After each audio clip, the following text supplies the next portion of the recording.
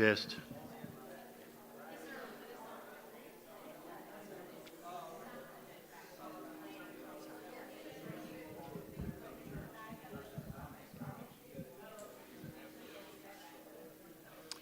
All right, y'all. I love this fellowship, but our online audience is joining us right now. So, if we could go ahead and work on getting started.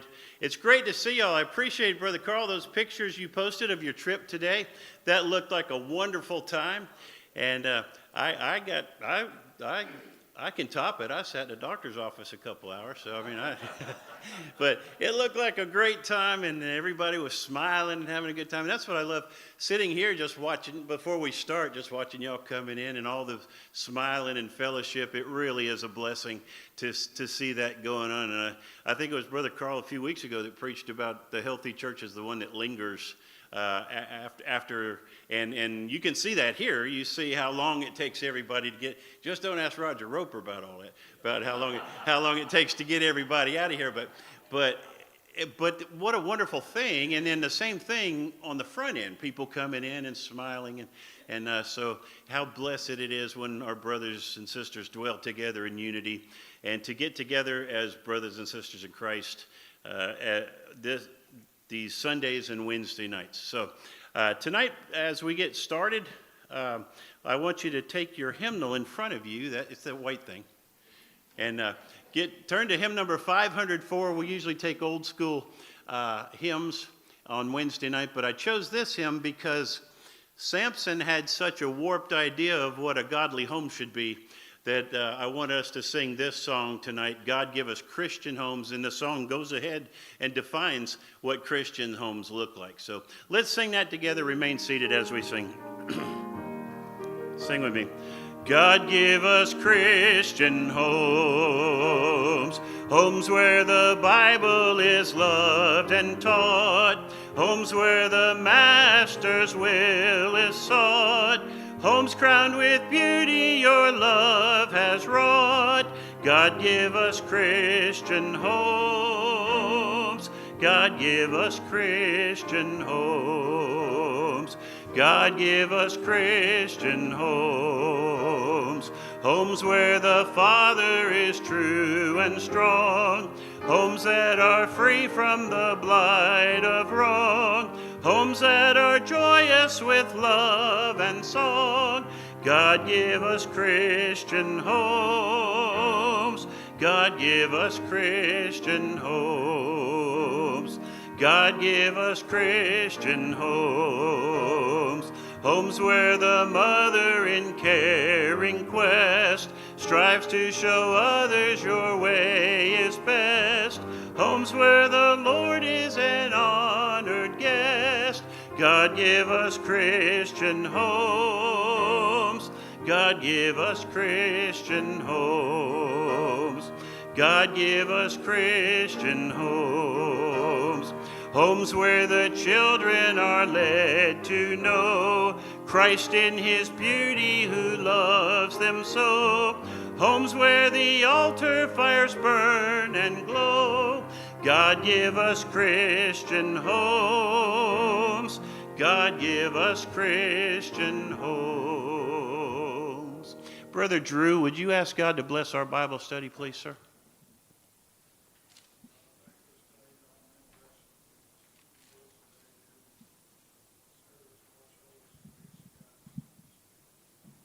Amen. Thank you. Well, we find ourselves in the second chapter of the life of Samson. It's actually the 14th chapter of the book of Judges.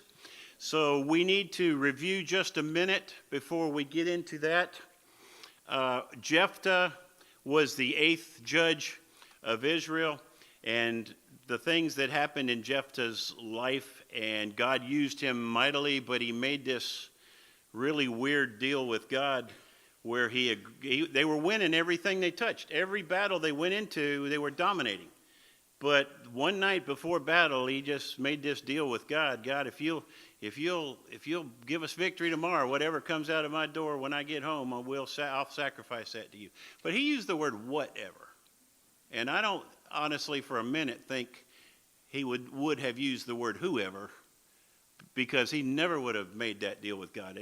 But the thing was, the girl got it, probably a teenage girl, and she asked for a couple of months to go celebrate with her friends. And just, by the way, she was an only child, Jephthah's, this one daughter, and she wanted to lament her virginity in that she would not have a child of her own and would not carry on the family after that. And the Bible was clear about that being completely above board, and nothing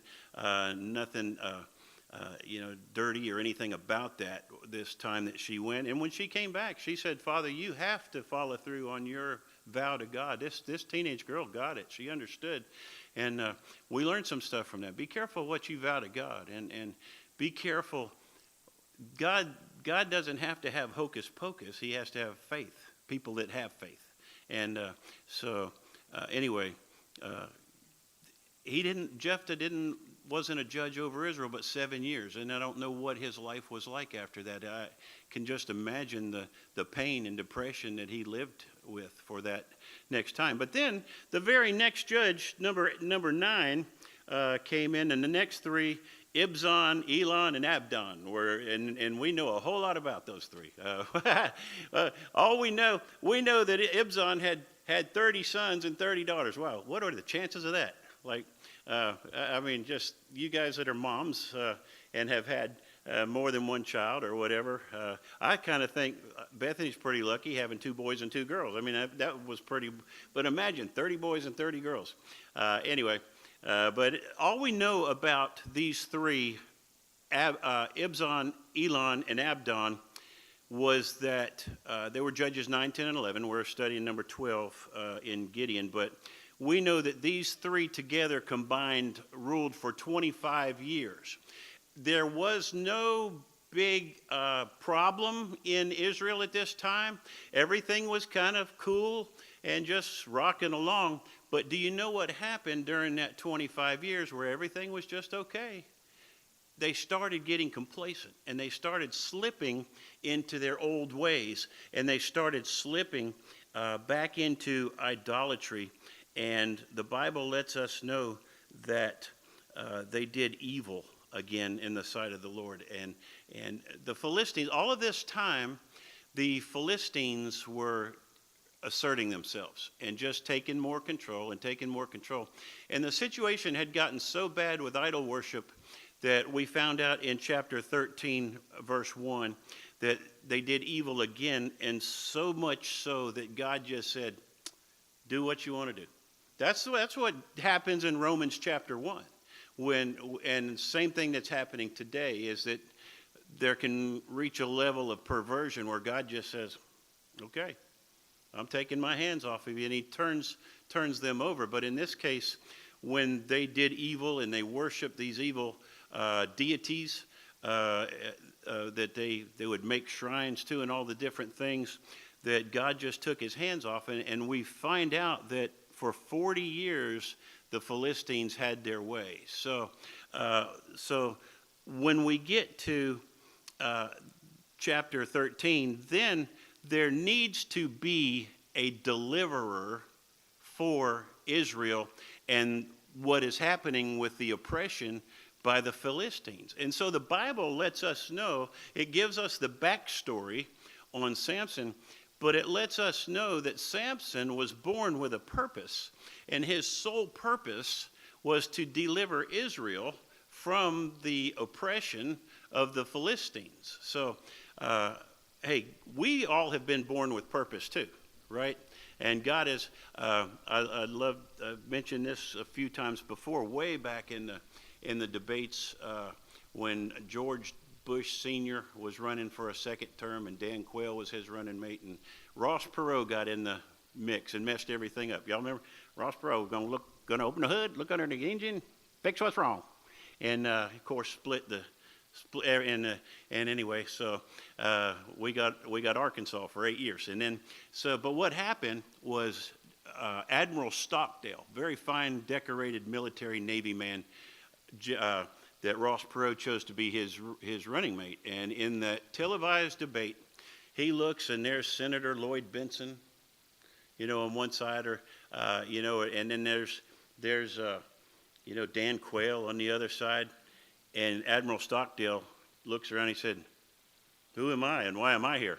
And it was meant to be a lighthearted moment, but what struck me is, isn't that the question that the whole universe really is asking? Who am I, and why am I here? Well, we know, right? Samson, he knew. We should know that, hey, fear God and keep his commandments, for this is the whole duty of man. Isn't that what Solomon said? So Samson goes in a really roundabout way of accomplishing what God put him here for. And I guess the lesson that we should look at in Samson is that even in our flaws, God can use us. And God can use us. I feel like sometimes God can use me in spite of myself. In spite of ourselves, God can still use us. But in chapter 13, we have a couple, Manoah and his wife. We don't know Manoah's wife's name, but she's actually the hero of this chapter 13 story. But they had a problem in that they could not have children, and this weighed heavily on her. But in verses 1 through 7, the angel of the Lord appears. Now, the first time that it's the angel of the Lord is addressed, it's addressed as the angel of the Lord, when the narrative tells us about who appeared. Now, when Manoah and his wife are talking about it, they talk about an angel of the Lord. But the scripture, I believe, is clear when it refers, first of all, to the angel of the Lord. And we'll find out that this is a Christophany, and it'll be much, much more clear later. A Christophany, Christ, ophany appearance. So basically, it's an Old Testament appearance. He appeared several. Remember, we talked about Gideon a few weeks ago. Remember the offering that Gideon, but that time he consumed it off of the altar. And in this case, in chapter 13, so he appears to Mrs. Manoah. He said, now what was really cool to me was that the angel of the Lord showed up to Mrs. Manoah, and the angel of the Lord said to her, "Behold, thou art barren." Well, she knew she was barren, right? But what was cool about that was he knew, right? So the angel of the Lord, Christ himself, knew what was bothering her, what was causing her depression, what was heavy on her heart. And he said, "You are barren, but you're going to bear a son." And then the next cool thing was that he started right away teaching her about prenatal care, right? And so I think it's really cool that he did that, when it's just another reason why we believe life begins at conception, right? And the angel of the Lord believed that right there. And he said, look, this kid's going to be special. I've got something for him to do. So I want you, Mom, he's going to be a Nazarite. Nazarite simply means separated out. He's going to be separated out. He cannot, you know what that means? He cannot touch anything from the grape. Raisins, can't even have Raisin Bran at breakfast. No vineyards. Don't mess with that stuff. Don't mess with the grapes. Why? Because that stuff ferments, and then you might be inclined to imbibe of that. But then that was that. You can't touch anything that's unclean. Nothing that's dead. You can't touch that. And then everybody knows the famous one about the hair. You never get your hair cut. So so I tried that. It didn't go well. But anyway, so anyway, he tells her. And so she goes home. She was by herself, and she goes home and tells Manoah, "Hey, an angel of the Lord appeared to me, and here's what he said." And so immediately in verse 8, Manoah in 13, he goes to prayer, and he said, "Oh God, please send the same fella back so that I can talk to him." But what's interesting, the angel of the Lord comes back, and he appears to Mrs. Manoah again without him anywhere around. And she tells him, "Hey, you wait here, please wait here. I'm going to go get my husband." And so she runs and gets her husband, and Manoah does not come back and say, "Hey, is what she's saying true? What did you tell her?" You know what? He didn't question at all what the angel of the Lord said. I thought this was so cool. But when he found out he was going to have a son, he asked the angel of the Lord, his only question to him was, "What are we going to do?" And I said, many of you had the same question when you found out you were pregnant. What are we going to do? And so, and I still sometimes ask that question in relationship to our children and grandchildren. What are we going to do? But he asked him, and so he repeated the same things. Hey, he's going to be set apart. He's going to have a special. So then, in true Baptist fashion, Manoah says, hey, angel, stay here and let's eat. Man, I'm going to go get a kid. Let's have dinner, man. We're going to have a fellowship meal where you came and appeared to us. And then he said, what is your name? And the angel of the Lord said, I'm not going to tell you my name because it's a secret. But do you know what 1,000 years later, his name would be revealed by another angel? You should call his name Jesus. So it was not time. Everything with God is about his timing, right? It's not about our timing. And what Manoah wanted to know, who are you and what, all of this?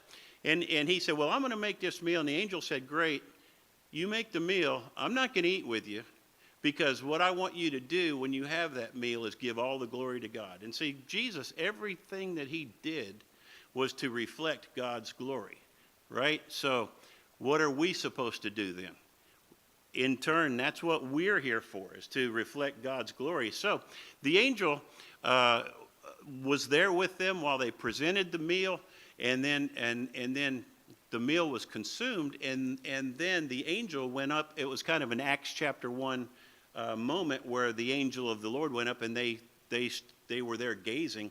And then Mr. Manoah, oh, we're going to die. We've seen God. He's going to kill us for sure. And Mrs. Manoah, the hero of chapter 13, she says, calm down, Manoah.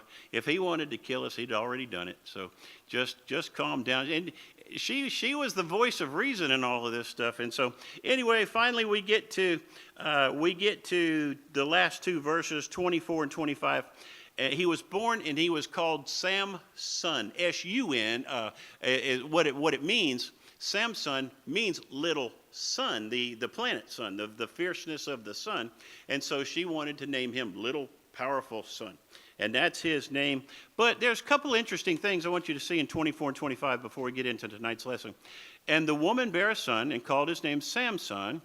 And the child grew and the Lord blessed him. Now, for the child to grow, it's just like when the New Testament refers to Jesus and he grew in wisdom and stature, it doesn't say much, but you got to read behind what that's saying. If God is blessing him in his growing up, what kind of job are mom and dad doing to help raise him? So he's understanding, and I think another important thing, let me just throw this in there, because I know a lot of people have a real problem with this. You do the best you can in raising children in what we call the nurture and admonition of the Lord, right? Understanding who the Lord is, understanding their purpose, all of those things. You do the best job you can do, but here's where we run into a lot of folks that parents who do that and then their adult children stray. And parents take it so hard because it's their children. But you got to honor God while you're raising them, and then they're adults. They got to see God. They've got to choose to serve the Lord. I got to talk with my grandkids staying with us the last few days about, nobody's born a Christian. We were watching something. Oh, for a rest time, I showed them Facing the Giants. And so they asked questions. So that great movie from Sherwood Baptist down in Albany, Georgia. And I said, no, nobody's born a Christian. You can be born a Muslim. You can be born a Jew. You can be born a Hindu. You can be born all these other things. But in order to be a Christian, you must be born again. And so I got to share that with him.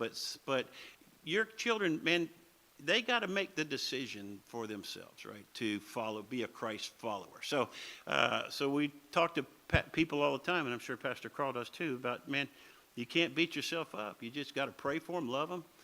Do the best you can after they're adults and move on. But so Samson, in verses 24 and 25, he grew, and the Lord was blessing him as he was growing up, and the Spirit of the Lord began to move on him at times. So Manoah and his wife, in their raising of Samson, put him in a position for the Lord to speak to him and for the Lord to use him. And you call that, my friend Jamie Murphy that came through here with his ministry, proactive parenting. That's what that's called, proactive parenting. So that's what he did. And the Spirit moved, and he moved on him between in Dan, between Zoran and Eshtaol. And that's where we left off last week.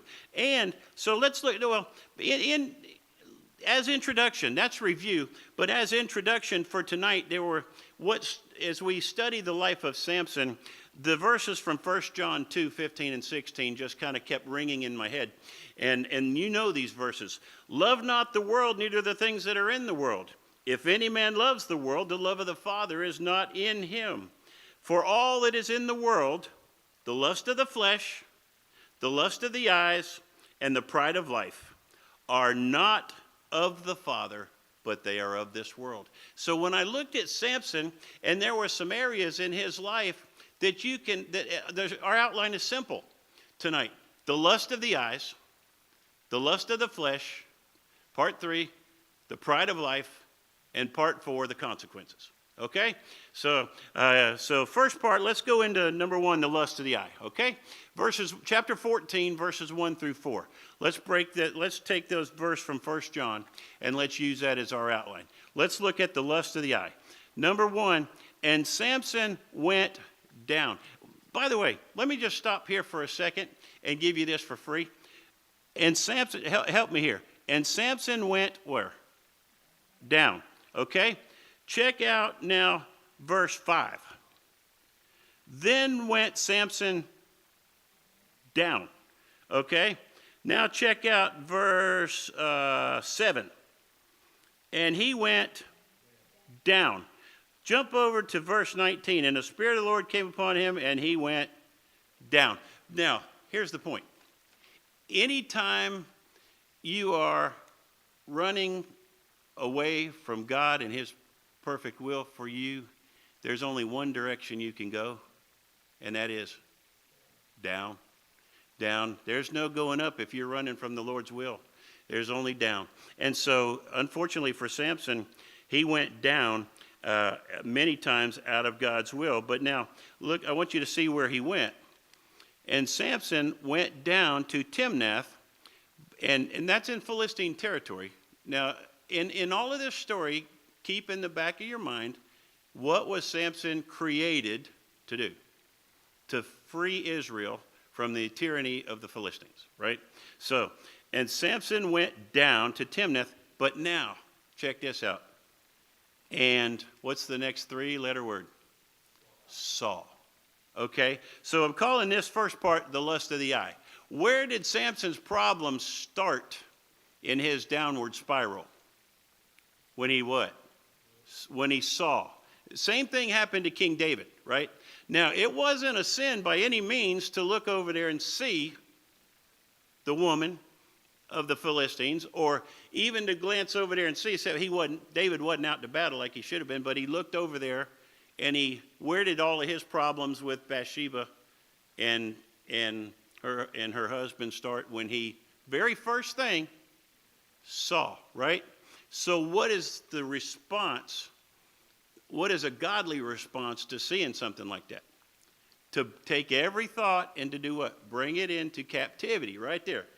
Okay, you can't, like Hee Haw used to sing that song about spreading gossip, so you better listen good the first time. You can't take that approach with what you see. Well, you better look real good the first time. No, you got to bring it into captivity and move on. But see what Samson's problem here, it all started with the lust of the eye, because he saw something that he couldn't have. Samson was raised better than that. How do we know? We just read it in the last 2 verses, how the Lord was blessing him and everything was going great. Mom and dad were doing exactly what they should do. But he saw this woman. But now, you know what his problem was? So he saw the woman of the Philistines, and he came up, verse 2, he came up and he told his father and his mother, I have seen a woman. Wow, you wouldn't believe this girl. She's gorgeous. But she's of the daughters of the Philistines. Now look what he instructs his mom and dad. Now go get her for me. Excuse me? What'd you say, Samson? But look at mom and dad. What's their response to this thing in verse 3? Then his father and his mother said, hey, Samson, we're of the tribe of Dan. Remember how the judges were spread out over all these different tribes. He said, isn't there a woman of the Dan, isn't there a pretty Dan girl up here that you can, isn't somebody up here, surely you could find? And isn't there, okay, so maybe she's not from Dan, but what about from among all your people? At least let her be a Jewish girl. Come on, Samson, at least marry in the faith. By the way, there's another whole side deal there. Don't be unequally yoked. Marry inside the faith, right? But anyway, of the people, going to take the wife of these uncircumcised Philistines. You know, it just means not God's people. These people didn't care anything about the Ten Commandments or Moses or any of their history.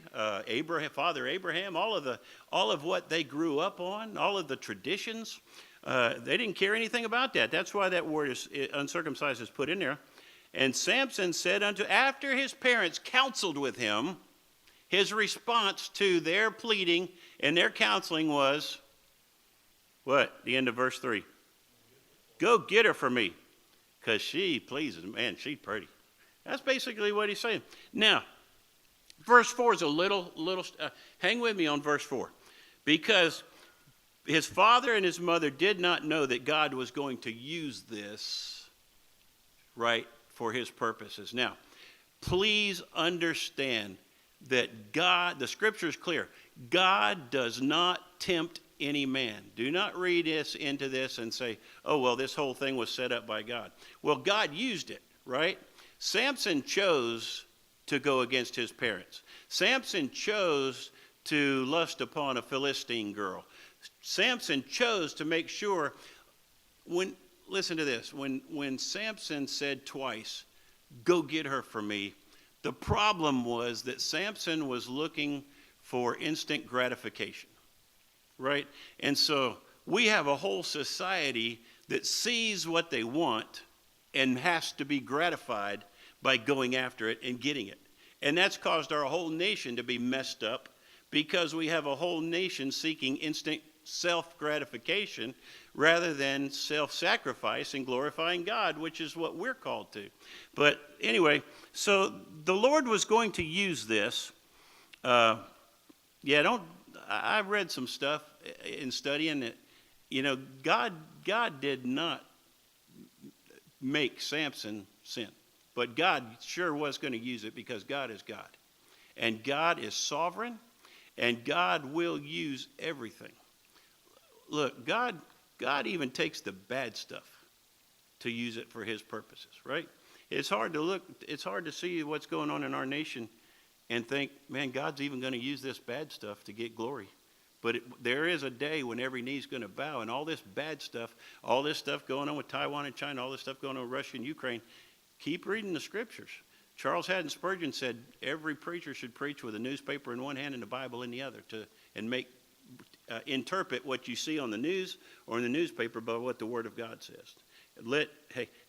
Don't let culture define what we believe. Man, we should set the culture. But anyway, let's get moving. So that's the first thing. That's the lust of the eye.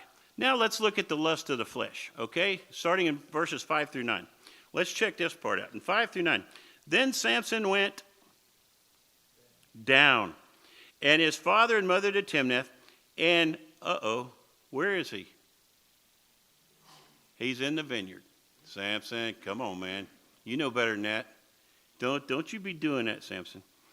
And he went there, and behold, Brother Jim, there's our word. Something's fixing to happen that's going to alter. Anytime you see the word, behold, you know something is going to happen that alters the course of whoever's life. And in this case, he sees a lion roared against him. Now, Samson, it wasn't his time. God had something he needed to do, and the Spirit came on him, and he was able to tear the lion from limb to limb, which, okay, self-preservation, great, because it wasn't his time. And the Bible's clear that the Spirit came on him and enabled him to overcome that lion, right? Okay, but our problem's going to come in just a minute. And he rent him as he would a little goat, and he had nothing in his hand but when you do something you're not very proud of that you know wasn't quite right, you're not liable to go home and tell mom and dad about it. Right? Whatever the most outrageous stuff I did in high school, mom and dad would say, well, what'd you do tonight? And you know how I got out of it? I told them the truth. And they said, oh, yeah, you didn't do that. And we went on. So anyway, but Samson, he didn't want his mom and dad to know anything. Why? Because go back to 3, verse 19 and 20, 24 and 25. They raised him right. They knew better. Samson, I didn't even drink grape juice for 9 months, and you're telling me you're down there hanging out in the vineyard and killing a lion down there in the vineyard? And so he didn't tell him. And verse 7, and he went down and he talked with the woman. He finally met the woman he saw, the woman of his dreams. He went down, his beloved Rowena. Y'all watch Andy Griffith, right? He went down there and he talked with her. Man, he liked her. Oh, he couldn't get her out of it. She's all he thought about, man. He went to sleep thinking about her. Man, if he had a telephone, he'd have talked to her for hours. And that's all she pleased him well. And after a time, he returned to take her. Now, see how this downward spiral, he saw her, then he went to meet her, he talked with her, he liked her, he went to take her. Do you see how this keeps going? But, now check this out. Now when he's going to take the woman he's not supposed to have, he started thinking, you know what? I was pretty awesome in tearing up that lion. I think I'm going to go check it out. I'm going to go see if that sucker's still dead and look at him and say, I did that right there. So he goes aside. By the way, who's not with him in the vineyard? Mom and dad. Because he still's not telling them about it. So he goes down there and behold what's happening. Behold, here's another thing that's going to change the course of his life because there's going to be a swarm of bees in there. So what does he do? In verse 9, he reaches into the carcass of that lion, and now his flesh is satisfied. We've had the lust of the eye, now we've got the lust of the flesh, and his flesh is satisfied with the carcass of seeing what he did. By the way, the scripture was clear to say the Spirit of the Lord came upon him and they enabled him to do that. You got to be careful, man. If God ever uses you to do something, don't take credit for it, right? It's God that comes on us to do that. And said, and came upon him, and he got honey all over he got as much honey as he could hold. Man, he comes up, finds his father and mother. Man, his hands are dripping with honey. He's got honey running down his mouth and everything. And oh, hey, Mom, hey, Dad, I brought you some honey. And so he gives them the honey at the end of verse 9. But what? Didn't tell him where he got it. So verse 10. Now in verses 10 through 14, let's look at the pride of life. Let's look at his arrogance. Okay? Let's look at his arrogance. So when his father went down unto the woman, and Samson made thereof a feast for use.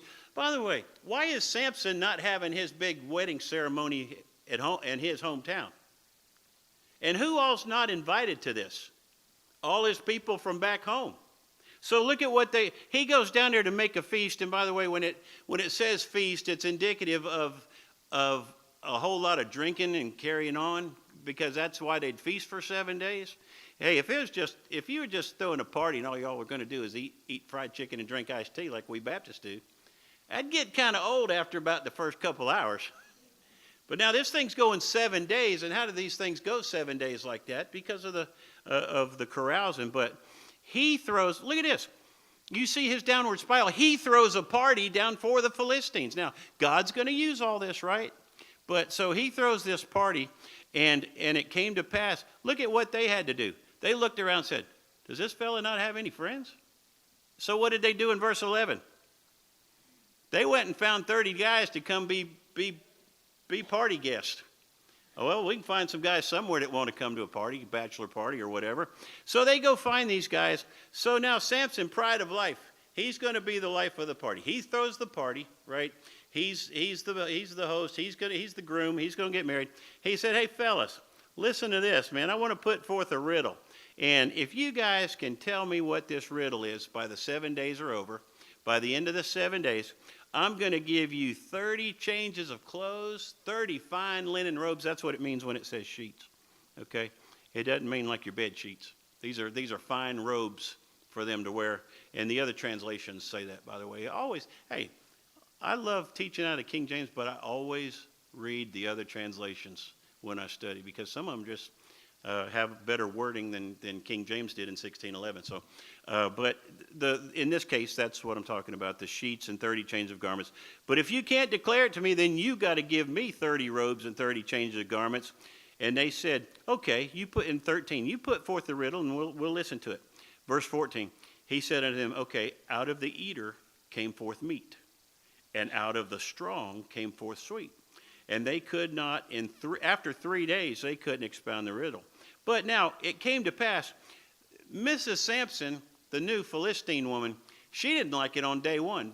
Why? You got to do the math, because it talks about this whole thing was resolved at the end of 7 days. And then the Bible said she busted on him for 7 days. So she must have started on day one.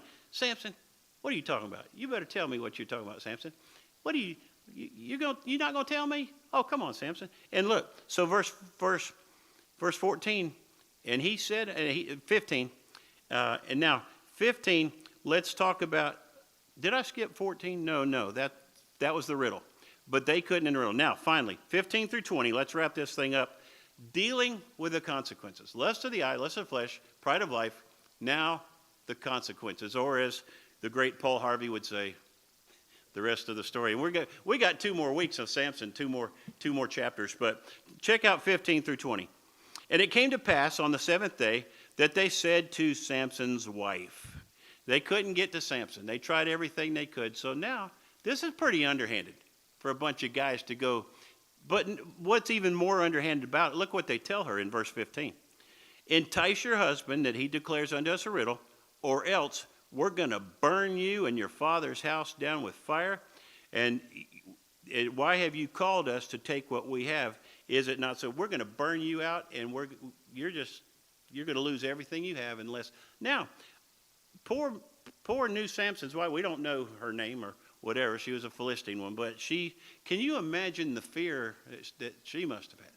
But so Samson's wife wept, and look, you got to kind of put on a whiny voice to read this, right? Well, you hate me. Why don't you love me? You put forth a riddle unto the children of my people, and you hadn't even told me. And he said to her, behold, I didn't even tell my father and my mother. Well, guess what? There was a lot of stuff he wasn't telling his mom and dad.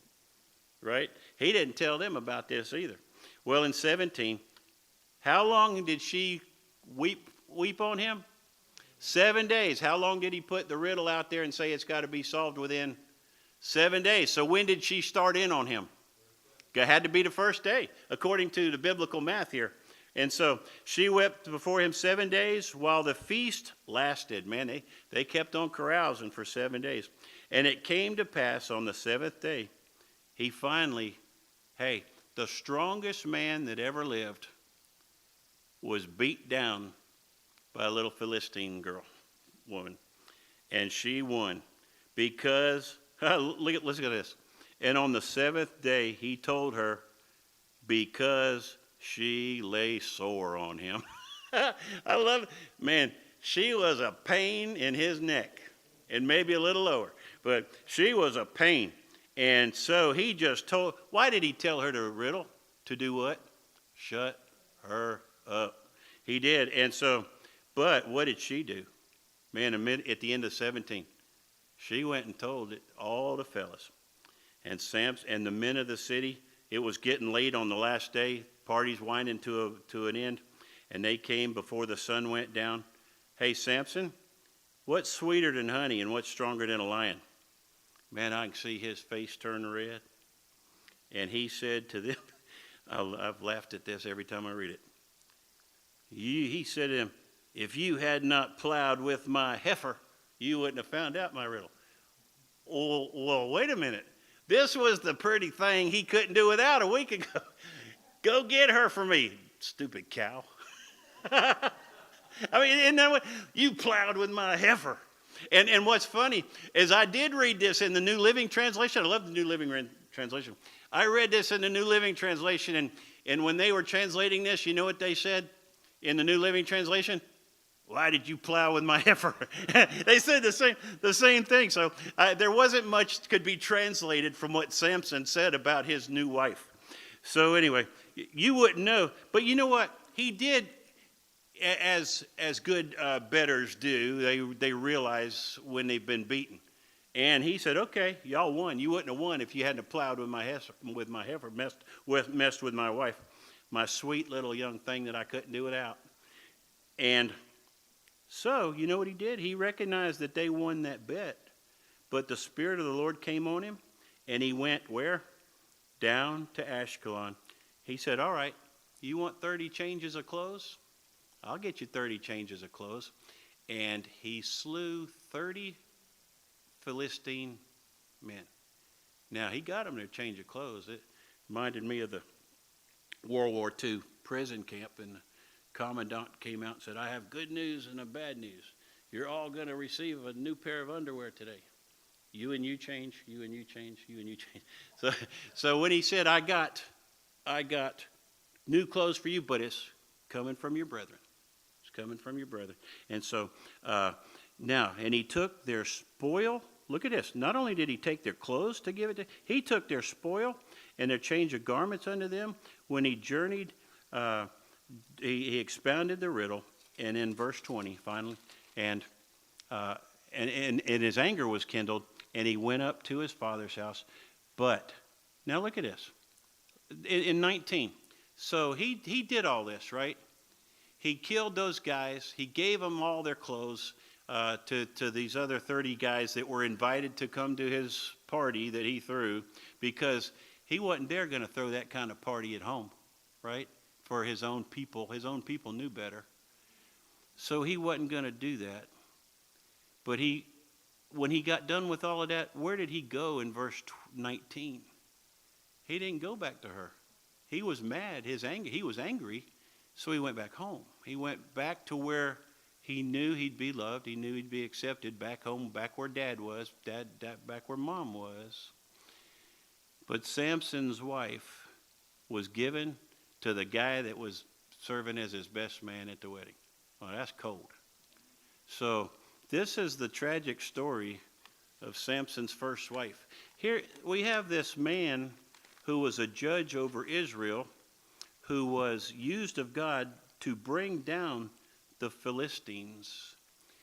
But he was the moth that kept flying close to the flame.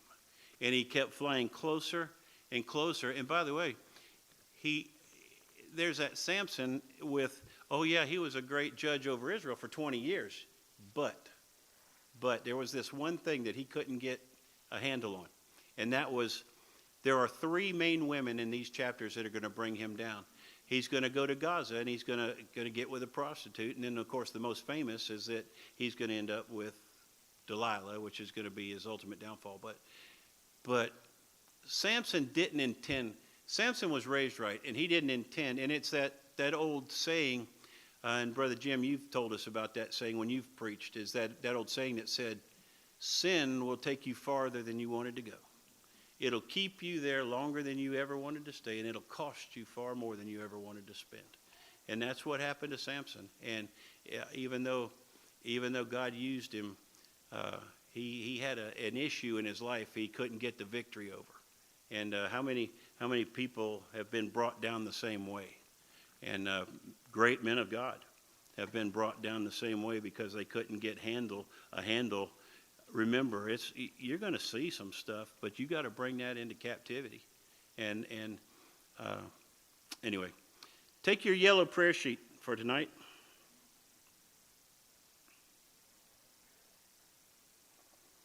As we look down at our ministries, and do remember that Sunday, it is